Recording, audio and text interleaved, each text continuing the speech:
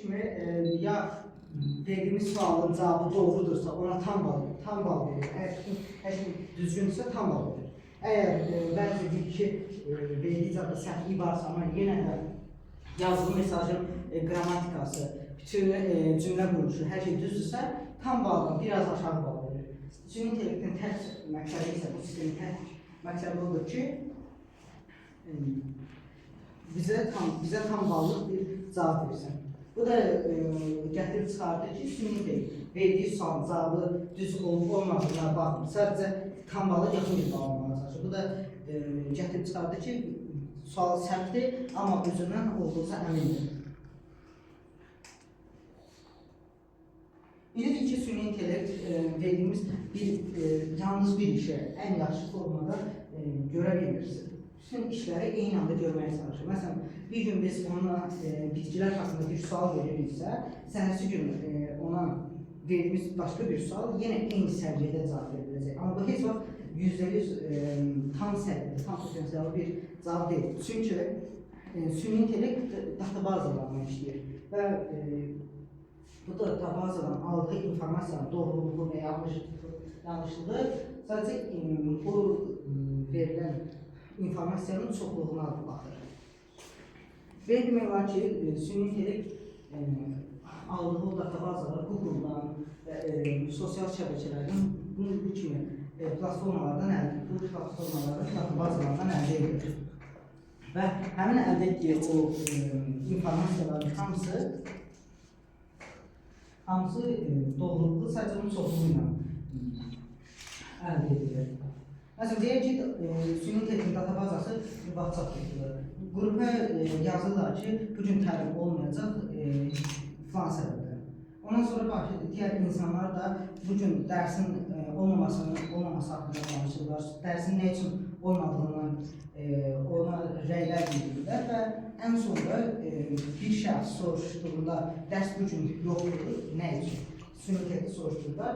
Süni intellekt qrupa baxır, öyrənir ki, bugün dərs yoxdur. Bu səbəbdən yalnızını qrupdakı rəylərdən öyrənir və deyir, bugün dərs yoxdur. Halbuki bugün dərs olacaqdır, sadəcə qrupa atılmış tək bir yanlış mesaj səbəbindən yaranır. Bu da gətirib çıxardır həmin o suala ki, süni intellektin verdiyi bütün informasiyalar düzgündür. Bu cavabları manipulyasiya edib dəyişdirə bilir. Belə ki, süni intellekt bir çox sahədə işləyə bilsə də, bütün işlərin hamısı tamamilə %100 tam potensialına sahib deyil. Bu o deməkdir ki, indi olduğumuz səviyyə sadəcə bir çox işi eyni anda etməyə çalışan bir sistemdir. Lakin gələcəkdə AGI, yəni Artificial General Intelligence sahib olacaq və bu bütün hər bir işi, hər bir sahədə tam potensialda işləyə bilir. Məsələn, bilirəm, artıq bəzi ölkələrdə, Amerikada, Çində, bəzi bu yüksək səviyyəli xəstəxanalarda artıq öz süni intellektlərindən istifadə edir. Həmin o süni intellekt öyrəndiyi bir çox tibbi sahədən öyrəndiyi bir çox məlumata əsasən insanların xəstəliklərini, MRI-dakı problemlərini, xərçəng tumorlarının yerlərini rahatlıqla tapa bilir. Bu necə edir? Belə ki, dediyim kimi, süni intellekt bir databazadan informasiyaları alır. Həmin o informasiyalarda internetdə yüzlərlə şəkildən, yüzlərlə informasiyalar gəlir. Və həmin o informasiyalarla yanaşı başqa informasiyalara gəlir. Hazırda sahib olduğumuz süni intellekt. Məsələn, indi sadəcə bir işi tam potensialını bacaran süni intellektlər daha çox sadəcə bir sahəni öyrənirlər. Məsələn, tibbi sahədə istifadə edəcəyimiz süni intellekt sadəcə tibbi işləri bilirlər. Ona elektronika ilə bir şey soruşsaq, cavab verə bilməyəcək. Məsələn, başqa bir süni intellekt sadəcə elektron hissəsini bilir, tip hissəsindən heç bir şey bilmir. Yaxud qalğanda, digər şeylərdə. Lakin Artificial General Intelligence isə hər sahəni müxtəlif formalarda cavab verəcək formada iş işləməyə adaptasiya olur. Belədir ki, süni intellekt hal-hazırda yüksək səviyyədə irəliləmə gedir. Hər il yeni bir süni intellekt versiyası, yeni bir əlavələrlə daha da dolu funksiyalarla irəli gəlir. Və həmin o süni intellektlərdən ən çox bilməni ChatGPT, Gemini, Grok, Meta və digərləri. Və bir çox süni intellekt gəldiyi, əldə etdiyi funksiyalar tamamilə bir-birlərinə oxşar olurlar. Məsələn, PDF-lər, bütün süni intellekt PDF oxuma bacarır, bütün süni intellektlər intellektin məlumatlarının doğruluğunu analiz edə bilir artıq. Bunun səbəbi odur ki, necə süni intellekti tərbiyə edirlərsə, böyüdürlərsə, yaradırlarsa, eynisini uşaqda da etmək olur. Məsələn, uşağa öyrədirik ki, bunu yaxşı bir şey eləsən, afərin sənə bir reward veririk və yaxud pis bir şey isə əsəbləşirik. Süni intellektdə də elədir. Əgər verilən informasiya düzdürsə, reward veririk, səhvdirsə, süni intellekti öldürürük və yenidən başlayırıq. Burada da eynidir. Süni intellekt bizə bir informasiyanı verir, ona baxırıq, əgər cümlə düzgündürsə, hər şey düzgündürsə, tam bağlıdır. Və bu, süni intellektin irəliləyişində böyük bir önəmə sahibdir. Çünki, məsələn, süni intellekt bir cavab verir. O cavabda kiçik bir problem var, amma biz o problemi görməzdən gəlsək, gələcəkdə o problem çox böyük fəsadlara yol aça bilər. Məsələn, verdiyimiz informasiyanın gələcəkdə çox məmnun bir informasiyanı düzgün verməz və yaxud danışarkən düzgün sözlərdən istifadə edib insanları düzgün yönləndirə bilməz. Bu da bizə çox böyük bir problemdir əslində. Necə ki, məsələn, bəzi insanlar Amerikada keçən il yaşamışdı. Duzun alternatifi olaraq istifadə edə biləcək bir mənbə axtararkən süni intellektin verdiyi kimyəvi maddə əslində davamlı alındığında yüksək zəhərə, ziyana sahibdir. Lakin süni intellektin düzgün deməmişdir deyə və soruşduğu süni intellekti düzgün bir formada böyüdülmədiyinə görə o adam yaşaya bilmir və bir çox xəstəliklərlə azizliyini həyatını itirdir. Bu da göstərir ki, bizə süni intellektin yol açı biləcəyi problemlərin həllidir. Belədir ki, süni intellektdə əsasən iki hissəyə ayrılır. Bu insana ayrılır. Necə beyində bir sağ bölünür, bir də sol bölünür var. Bəzi insanlarda sağ daha olmalıdır, bəzilərdə isə sol bölünür. Bu süni intellektdir. Məsələn, süni intellekti iki hissəyə ayırırıq, sistem 1 və sistem 2 olaraq. Həmin o iki sistem bir-birlərindən çox fərqlənir. Bir sistem indiki süni intellektlərin verdiyi quick answer, yəni sürətli cavablandırmağa, digər isə düşünüb, daha uzun düşünməyə, daha uzun analiz edib o aldığı informasiyanın düzgünlüyünü yoxlamağa proqramlanır. Bizim hal-hazırda sahib olduğumuz isə sistem 1 və sistem 2-nin çox az hissəsi. Çünki dediyim kimi, süni intellekt düşünmür, sadəcə verilən suala ən yaxın cavabı verir. Bunu isə danışdığımız sözlər hamısını rəqəmlərə çevirir, həmin rəqəmlərə ən yaxın olan başqa bir sözün rəqəmi ilə qarşılaşdırır və bununla həmin sözü yanında bizə cavab olaraq göndərir. Bu eyni sistem WhatsApp-da və yaxud ümumi olaraq klaviaturamızın daxilində də yerləşir. Yəni, biz bir mesaj yazırıq, məsələn, qardaş bacı, kral, kraliça, bunun kimi işləyən sistemlər artıq hər yerdadır. Və həmin bu sistem, həmin bu texnikdə sadəcə sistem birincisidir. Sistem 2-də isə doğrudan da düşünməyə bacaran, doğrudan da bizim dediyimizi başa düşüb, ona verəcək cavabın doğruluğunu özü anlayan yüksək səviyyədə bir süni intellektdir. Əgər biz sistem 2-ni tamamilə əldə etsək.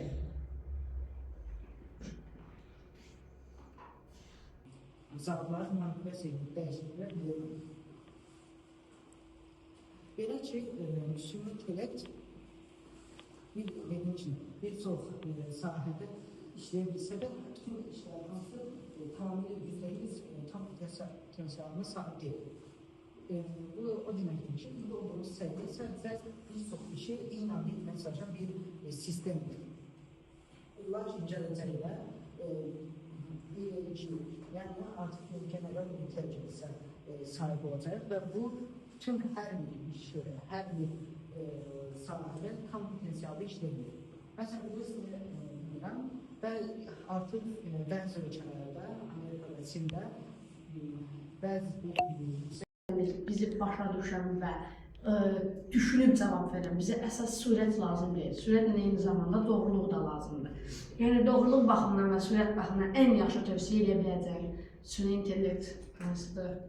Şəxsən dediyim kimi, süni intellektin hal-hazırda sahib olduğumuz süni intellektlərin heç biri tamamilə tam formada düşünmək. Çünki düşünmək elədir ki, sənin köhnədən sahib olduğun bütün informasiyalar, sənin bütün təcrübələrə əsasən düşünüb o cavab verirsən. Məsələn, sən yüksək bir divardan atlanarsansa, işte bir yerdən atlanacaqsansa, düşünürsən, mən buradan atlansam nə baş verər? Birinci fikirləşirsən, gözlərinə baxırsan ki, mən buradan düşsəm, nə qədər təxmin düşsəylik var. Mən əvvəl hardan düşmüşəm və mənim başıma nə gəlir? Məsələn, xatırlayırsanız, mən 2 il əvvəl bundan daha alçaq bir yerdən atlamışdım, amma orada mən özümə zərər vermişdim, yaralanmışdım. Onun üçün bunları yadına salırsan və bununla da həmin eyni səhvini təkrar etmirsən. Süni intellektdə də bu yoxdur hələ ki. Çünki həmin bu dediklərimi etməsi üçün səni tam olaraq tanımalıdır. Sənin necə düşündüyü, hər an nə hiss edə biləcəyi, bütün təcrübələri və hər anı ilə eyni hissiyatı yaşamalıdır və indiki sistemlərlə bu hal-hazırda çox çətin bir şeydir. Yaxşı, bir dənəsini tövsiyə eləməsi olsan, hansını tövsiyə edərsən? Bir dənəsini də amma olar Yaxşı. Tövsiyə edəcəyim ən yaxşı çəkilti olar. Çünki hal-hazırda Spotify adaptasiyası bir çox proqramın da ilə əlaqəsi olduğundan sənin musiqi zövqünü, səni daha çox tanımağa yaxın olan çəkilti. Məsələn, başqa bir sorun, sadəcə elektron hissəsini bilir, ki, hissəsindən bir şey bilmir, yaxud bağlamında, yerlərdə. Lakin general intelligence isə hər saniyə sadəcə müxtəlif formalarda cavab verəcək formada işləməyə tavsiyə edir. Yəni doğruluq baxımından və sürət baxımından ən yaxşı tövsiyə edə biləcək süni intellekt hansıdır? Şəxsən dediyim kimi, süni intellektdən hal-hazırda sahib olduğumuz süni intellektlərin heç biri tamamilə tam formada düşünmək lazımdır. Çünki düşünmək elədir ki, sənin köhnədən sahib olduğun bütün informasiyalar, sənin bütün təcrübələrə əsasən düşünüb o cavab verirsən. Məsələn, sən yüksək bir divardan atlanırsansa, işte bir yerdən atlanacaqsansa, düşünürsən, mən buradan atlansam nə baş verir? Birinci fikirləşirsən, günlərinə baxırsan ki, mən buradan düşsəm, nə qədər təxmin düşsəyim var? Mən əvvəl hardan düşmüşəm və mən başıma nə gəlir? Məsələn, xatırlayırsanız, mən 2 il əvvəl bundan daha alçaq bir yerdən atlamışdım, amma orada mən özümə zərər vermişdim, yaralanmışdım. Onun üçün bunları yadına salsan və bununla da həmin eyni səhvi təkrar etmirsən. Süni intellektdə bu yoxdur. Çünki həmin dediklərini etməsi üçün səni tam olaraq tanımalıdır. Sənin necə düşündüyü, hər an nə hiss edə biləcəyi, bütün təcrübələri, hər anı eyni hissiyatı yaşamalıdır və indiki sistemlərlə bir işi ən yaxşı formada görə bilirsin. Bütün işləri eyni anda görməyə çalışır. Məsələn, bir gün biz onunla bitkilər qarşısında bir sual veririksə, sənəsi gün ona verdiğimiz başka bir sual yine en səviyyədə cavab veriləcək. Amma bu heç vaxt %100 tam səviyyə, tam potensial bir cavab deyil. Çünki süni intellekt databazalarla işləyir və bu da databazadan aldığı informasiyanın doğruluğu və yanlışlığı sadəcə o verilən bir çox məlumatı əsasən insanların xəstəliklərini, MR-dakı problemlərini, xərçəng tumorlarının yerlərini rahatlıqla tapa bilir. Bu necə? Belə ki, dediyim kimi, şimdi gedib bir databaz yaradan informasiyaları alır. Həmin o informasiyalarda internetdə yüzlərlə şəkildə, yüzlərlə informasiyalar və həmin o böyük bir önəmə sahibdir. Çünki məsələn, süni intellekt bir cavab verdi. O cavabda kiçik bir problem var. Amma biz o problemi görməzdən gələcəkdə o problem çox böyük təzadları yol aça bilər. Məsələn, verdiyimiz informasiyanın gələcəkdə çox mühüm informasiyanı düzgün verməz və yaxud danışarkən düzgün sözlərdən istifadə edib insanları düzgün yönləndirməz. Bu da bizi çox böyük problem dərsliklər. Necə ki, mən bu sayəyə dedim olacaqdır ki, mən bildiyim qədərlə bu süni intellekt modelləri arasında Gemini, ChatGPT, ancaq ChatGPT-nin bir xüsusiyyəti var ki, köhnə söhbətlərə baxa bilir. Yəni, nəsə yazsam, köhnə söhbət. Desəm ki, mən bu sənə yazdığım söhbətlər arasında mən o uyğun bir ixtisas mən özüm yazmışsın. Mənim bu köhnə söhbətlərimi göz önünə alıb, mən bir ixtisasda önərdim. Yəni, mən bildiyim qədərlə ancaq ChatGPT bu köhnə söhbətləri alıb düşünə bilir. Dediğim aynı düzdür. Çünkü ChatGPT bizim dediğimiz her şeyi yadda saklamış. Sadece tüm köhnə mesajları rəqəmlərlə dediğim kimi yaddaşında saklıyor və sən daha sonra yenə eyni rəqəmlərdən informada istifadə etsən, deyən ki, məsələn sən 2 gün əvvəl ona almaların verdiyi vitamin və s. bunun bir söhbət alırsan. Danışıb qutardıdan 2 gün sonra indi təzdən yazmışsın ona ki, mən bir bağ açmaq istəyirəm, orada almalar olsun, armudlar olsun. Mən burada hansı vitaminlərdən istifadə edirlərəm, hansı vitaminlərdən verirlərəm ağaclara, ağacların yetişdirdiyi o almalar hansı Həmin o dediyiniz kimi database-lərdə saxlanılır, məlumatda. Həmin database-lərdəki məlumatların dəqiq faizi nə qədərdir? Yəni, hansı bir data sınıcısında o database əlavə məlumatlar edir, yəni süni intellekt səfləməsini dəqiqliyi nə qədərdir? Beləliklə,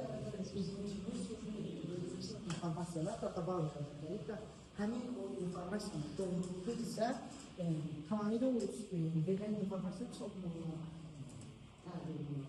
Və əgər sadə qruplar, insanlar hamısı dayanmadan internetdə məlumatlar yükləyərsə və yaxud məsələn bir bot yaratdıq, həmin o bot dayanmadan bir eyni informasiyanı fərqli hesablardan, məsələn sosial şəbəkədə fərqli hesablardan hamısını tək-tək o saxta xəbəri yaymalıdır və həmin o saxta xəbəri yayması çox, həddən artıq çox olurlar. Yəni ki, sən hər dəfə həmin o sosial şəbəkə, məsələn, Instagram daxil olduqda həmin o xəbəri nasıl bilməyəcəkləri çoxdursa, həmin o zaman sonra süni intellektlərin də qatalarında həmin o informasiya keçməyə başlayır.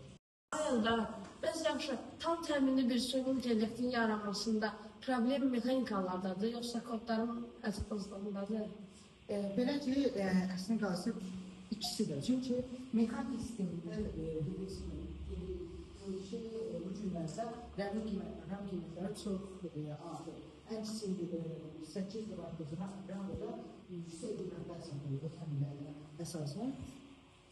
Və bir də kod hissəsində isə bir problem var ki, həmin o kod həm tip hissəsində, həm mexanik, həm mexanik hissələrində, həm tədbiq edilən, hər şeyin sahələrin üçünə də aid edilməlidir. Yəni, sənin soruşduğun şey nə olduğunu, nə üçün soruşsan, bunu tamamilə tam qalb edilməlidir ki, sənin tam olaraq istədiyin nədir ki, bağ edilmir, yoxsa bitkilərə aiddir, yoxsa gündəlik xəbərlərə aiddir. Süni intellektin verdiyi bütün informasiyalar düzgündür. Bu cavablar manipulyasiya edib dəyişikliklər bilir. Belə ki, süni intellekt bir çox sahədə işleyebilse de bütün işler hansı tamamıyla %100 tam potensialına sahip değil. Bu o deməkdir ki, burada olduğumuz səviyyə sadəcə bir çox işi eyni anda etməyə çalışan bir sistemdir. Lakin gələcəkdə yəni artıq general intelligence'ə sahib olacaq və bu tüm hər bir iş, hər bir sahədə tam potensialda işləyir. Məsələn, bu bilirəm və artıq bəzi ölkələrdə, Amerikada, Çində bəzi başqa bir sorunlar sadəcə elektron hissəsini bilir, ki, hissəsindən bir şey bilmir, yaxud bağlamada, digər şeylərdə. Lakin general intelligence isə hər sahəni sadəcə müxtəlif formalarda, cavab verəcək formada işləməyə tavsiyə edir.